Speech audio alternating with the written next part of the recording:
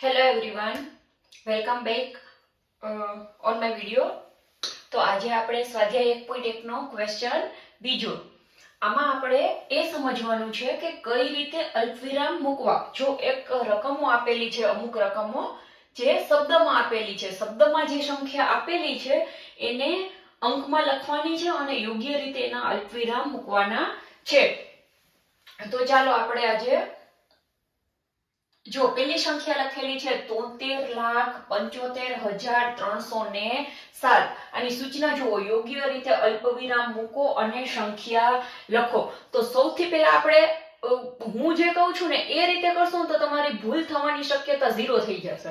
જો કઈ રીતે લખીશું આપણે, પહેલા સંખ્યા નહીં લખીએ, પહેલા આપણે એના માટેના ખાના બનાવી લઈએ. બરાબર, 73,75,307. તો મોટા મોટી સંખ્યા કઈ આવી? 73 લાખ.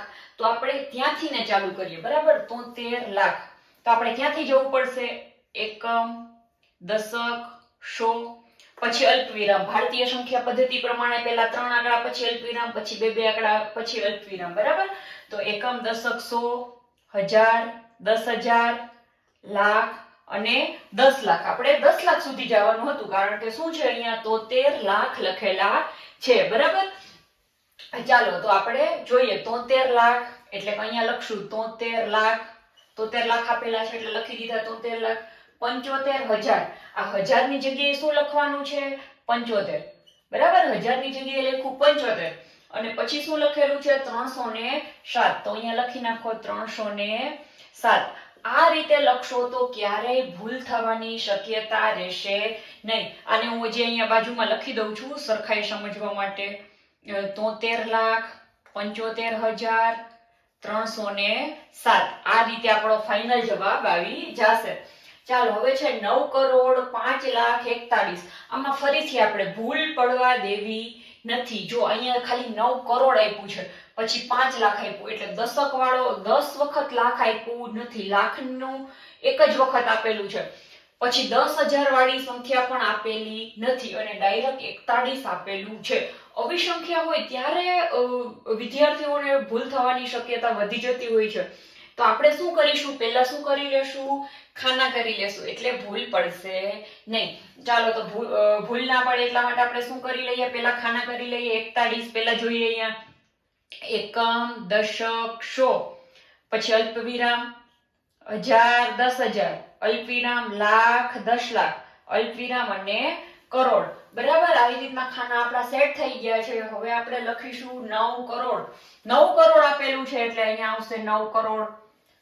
પછી આપેલું છે 5 લાખ. જુઓ, આ એકમ, દશક, 100 ની જગ્યા છે, આ બે 1000 ની જગ્યા છે અને આ બે લાખ ની જગ્યા છે. હવે લાખમાં આપણને કેટલા કીધા છે? આપણી રકમમાં 5.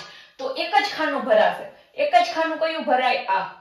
આ સાઈડ થી હંમેશા આપણે જમણી થી ડાબી તરફ લાખનું સ્થાન આ ભર્યું અને આ અહીંયા શું મૂકી દેશું? 0.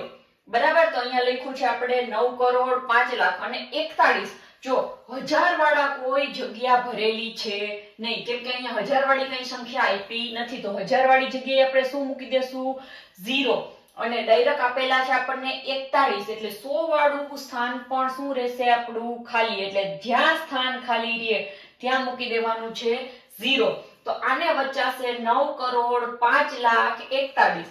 આને પછી આપણે ફાઇનલ રીતે આ રીતે લખી નાખીશું 9 કરોડ 5 લાખ, 1000 વાળા જગ્યા ખાલી અને 100 વાળું પણ ખાનું ખાલી અને 41. 3 આંકડા પછી અલ્પવિરામ, 2 આંકડા, 2 આંકડા. પહેલી વાર 3 આંકડા પછી અલ્પવિરામ, પછી 2 આંકડા મૂકતા જવાના અને અલ્પવિરામ કરતા જવાના. આપણે જ્યારે ભારતીય સંખ્યા પ્રણાલી પ્રમાણે લખીએ ત્યારે. ચાલો હવે આમાં સેમ એવું 7 કરોડ 52,21,302. તો આમાં પણ આપણે કરોડ સુધી જવાનું છે. તો ચાલો આપણે ગોઠવી લઈએ. સાવ સહેલું, હવે તો તમને પણ આવડે. ચાલો ગોઠવીએ આપણે. એકમ, દશક, સો, અલ્પવિરામ 1000, 10,000, અલ્પવિરામ લાખ, 10 લાખ, અલ્પવિરામ અને કરોડ. ચાલો આમાં લખો 7 કરોડ આપેલું છે એટલે લખ્યું 7 કરોડ 52 લાખ. લાખની જગ્યા લાખના ખાના છે ને, તો લાખના ખાનામાં લખ્યું 52 લાખ 21,000.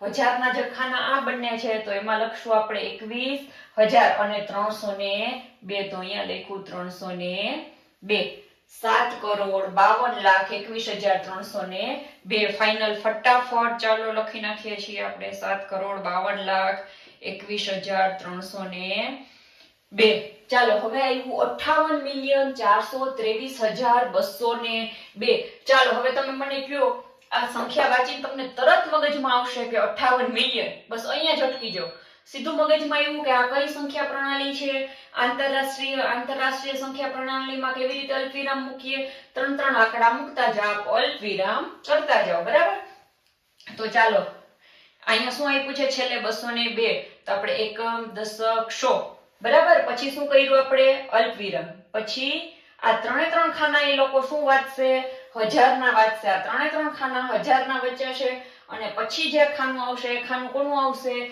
મિલિયન નું ખાનું આવશે તો અહીંયા આપણે હવે મિલિયન ના પણ 3 ખાનાય કરી શકો 2 ખાનાય કરી શકો અને 1 ખાનું પણ કરી શકો અહીંયા પણ 58 મિલિયન કીધા છે એટલે આપણે 58 છે એટલે આપણે 2 ખાના કરીશું તો ચાલો લખીએ આપણે 58 મિલિયન 423,000 તો 1000 ના આ ખાનાઓ છે એમાં આપણે શું મૂકવાનું છે 423,202 202 તો આપણને બધાને લખતા આવડે જ છે 202 જો તમે આ રીતે પેલા ખાના કે લીટી તમે જે પણ કહો એ કરી અને પછી અંક લખશો તો ક્યારેય ભૂલ પડવાની શક્યતા રહેશે નહીં એક્ઝામમાં આવા દાખલા પૂછાતા હોય છે અને આવી રીતના જ્યારે અવા હોય ને 9,05,41,000 ડાયરેક્ટ વચ્ચેના આંકડાઓ કાપી નાખ્યા હોય જ્યાં વચ્ચે આપણે ઝીરો મૂકવાની વધારે જરૂર પડતી હોય એવા દાખલાઓમાં વધારે પડતા વિદ્યાર્થીઓ ભૂલ કરતા હોય છે એટલે આપણે પેલા આ જ રીત રાખવાની આ રીતેથી ને પ્રેક્ટિસ કરશો તો ક્યારેય ભૂલ પડશે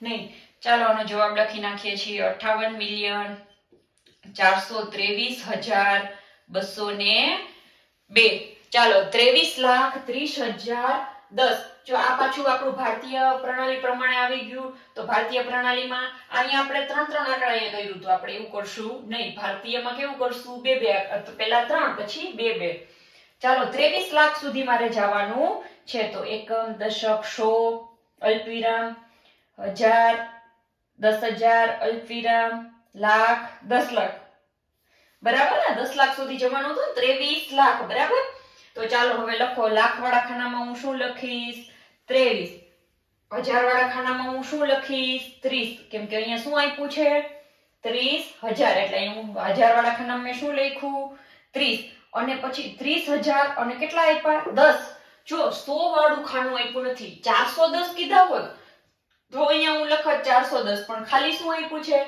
10 તો 100 વાળું ખાનું શું રહેશે ખાલી તો ખાલી ખાનું હોય ત્યાં શું લખવાનું હોય ઓલવેઝ 0 અને શું આપ્યું છે 10 તો અહીંયા લખાઈ ગયા 10 તો ચાલો આને એક વખત સરખાઈ લખી નાખો 23,30,000 અને 10 તો આ રીતે તમે ક્યારેય પણ ભૂલ થયા વગર રકમ આપેલી હોય છે જે એને શબ્દમાં આપેલી સંખ્યાને અંકમાં લખી શકો છો અને અલ્પવિરામ સારી રીતે મૂકી શકો છો ક્યારેય ભૂલ પડશે નહીં થેન્ક યુ આઈ હોપ તમને આ વિડીયો સારો લાગ્યો હશે જો હવે તમને આ વિડીયો યુઝફુલ થયો હોય તો નેક્સ્ટ વિડીયોમાં આપણે સ્વાધ્યાય 1.1 નો ક્વેશ્ચન 3 અને ક્વેશ્ચન 4 કન્ટિન્યુ આપણે કરીશું થેન્ક યુ